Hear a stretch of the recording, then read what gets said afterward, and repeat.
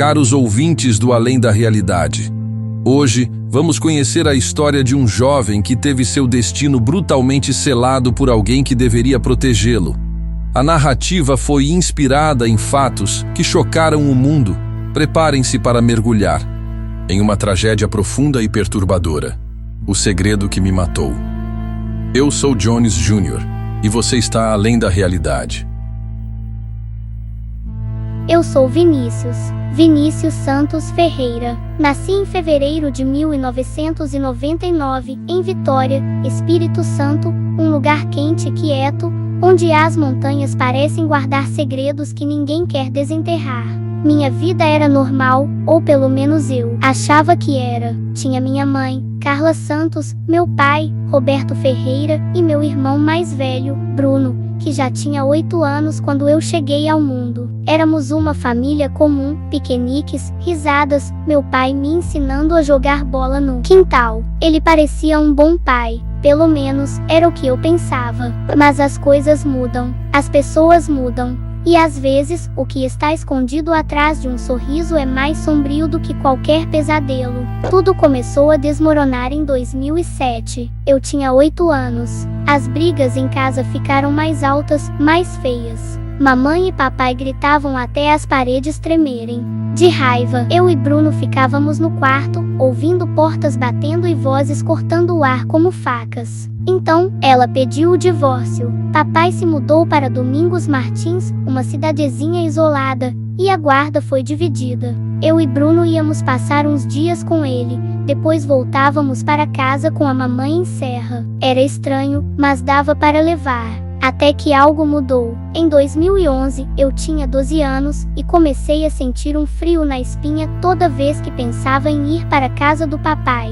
Não era só eu. Bruno também não queria mais ir. A gente não falava muito sobre isso, mas eu sabia que ele sentia o mesmo. Tinha algo errado, algo que eu não conseguia explicar, mas que me fazia querer ficar o mais longe possível dele. Papai ficou furioso, disse que a mamãe estava nos manipulando, enchendo nossas cabeças contra ele. Ele foi para a justiça, querendo a guarda total, mas o juiz manteve tudo como estava. Bruno, já com 16, podia escolher, mas eu, com 13 em 2012, não tinha escapatória. Eu tinha que ir. Novembro de 2012, o ar estava gelado, e eu sentia um peso no peito enquanto mamãe me levava para Domingos Martins. Eu não queria estar ali. Tinha dito isso a ela 1000 vezes, mas a justiça não liga para os sentimentos de um garoto de 13 anos. Papai me buscou no ponto de encontro, e o silêncio no carro dele era sufocante.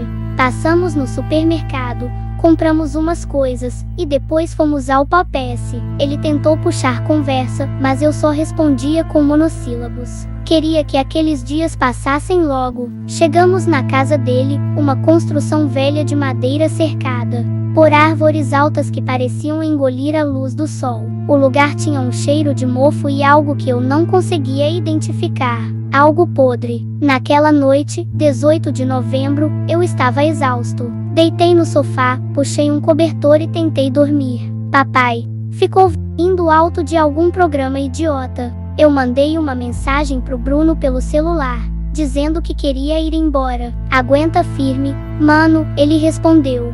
Falta pouco. Sorri, mas o vazio no estômago não ia embora. Apaguei o celular e fechei os olhos, tentando ignorar o ranger da casa velha. Acordei no dia seguinte, 19 de novembro, com o sol fraco entrando pelas cortinas. O sofá estava desconfortável, e meu pescoço doía. Papai não estava em casa. Estranho, mas não dei muita bola. Levantei, peguei minhas coisas e fui pro banheiro. A casa estava quieta demais. Olhei pela janela, o carro dele não estava na garagem. Será que ele saiu? Fui até a cozinha, peguei um copo de água e voltei pro sofá. Foi aí que decidi dar uma olhada no escritório dele. Eu sabia que não devia, mas a curiosidade venceu. A porta estava entreaberta, e o computador dele, ligado, piscava na penumbra. Eu não sei o que me fez clicar. Talvez o tédio, talvez um pressentimento. Abri uma pasta no desktop,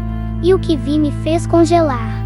Fotos. Papai em roupas íntimas de mulher, posando de um jeito que não fazia sentido. E então, pior, ele comendo bosta dentro de uma fralda. Meu estômago revirou. Fechei a tela rápido, mas já era tarde. Aquilo estava gravado na minha cabeça. Corri pro quarto do Bruno, que estava na casa naquele fim de semana, e mostrei para ele. Ele ficou branco, tirou fotos da tela com o celular dele e disse: "A gente não pode contar para ninguém, Vinícius." Ninguém. Eu concordei, mas sabia que nunca mais ia olhar pro papai do mesmo jeito. Depois disso, a gente parou de ir para a casa dele. Eu inventava desculpas, dizia que estava doente, qualquer coisa. Mas em 2012, o juiz mandou que eu fosse. Não tinha escolha.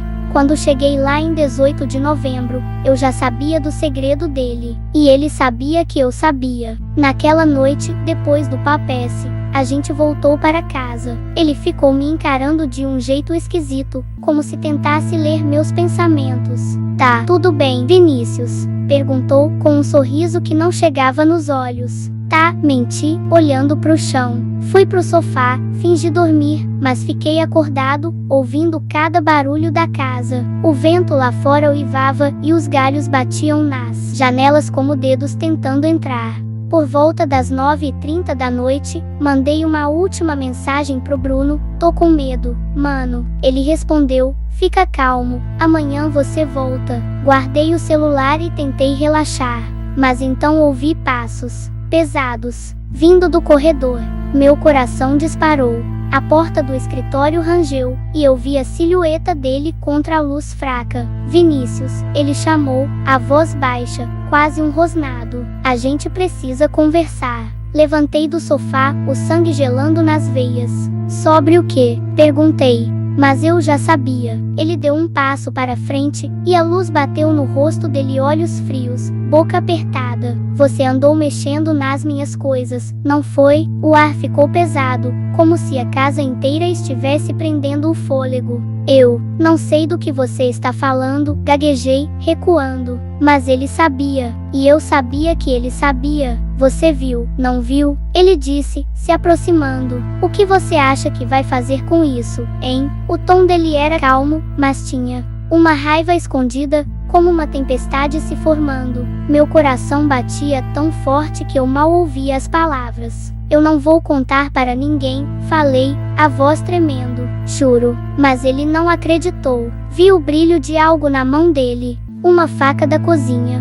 O metal refletiu a luz e eu congelei. "Vinícius, você não devia ter mexido nisso", ele disse, quase triste, mas os olhos dele eram puro gelo. Tentei correr, mas a casa era pequena, e ele era rápido. Gritei, mas o som morreu nas paredes de madeira. Ele me pegou pelo braço, me puxou para trás, e eu senti a lâmina rasgar minha pele. O sangue quente escorreu, e o mundo ficou borrado. Tentei lutar, arranhar qualquer coisa, mas ele era mais forte. O último som que ouvi foi o dele respirando pesado, e o último pensamento foi: "Bruno, me ajuda." Depois disso, tudo escureceu. Não sei quanto tempo passou, mas sei o que ele fez. Ele me cortou em pedaços, como se eu fosse um animal. Levou partes de mim para a floresta, jogou em lugares que ninguém encontraria fácil. A mochila, o celular, a vara de pescar, ele sumiu. Com tudo para parecer que eu fugi, mas eu não fugi. Eu tava lá, espalhado entre as árvores, esperando alguém me achar. Meses depois, em junho de 2013, encontraram alguns ossos meus a 16 quilômetros da casa dele. Um pedaço de camisa, uma meia. Em novembro de 2015, acharam meu crânio, com marcas de faca, que contaram a verdade. Ele tentou esconder, mas a floresta não guardou o segredo para sempre. E eu virei um eco, uma história sussurrada, um aviso do que acontece quando você descobre o que não devia. A verdade é que Vinícius foi vítima de alguém que deveria protegê-lo. O pai, incapaz de enfrentar as consequências dos próprios atos, tirou a vida do próprio filho para manter um segredo sombrio enterrado. Mas como diz o ditado, nada fica oculto para sempre. O caso foi investigado por anos e, com o tempo, a justiça foi feita. Roberto Ferreira foi condenado e antes mesmo de cumprir a pena na prisão, foi morto por populares que reconheceram a monstruosidade do que ele fez. A forma da morte, a mais brutal possível, monstro. Essa história é um alerta. Psicopatas não têm cara como em filmes de terror.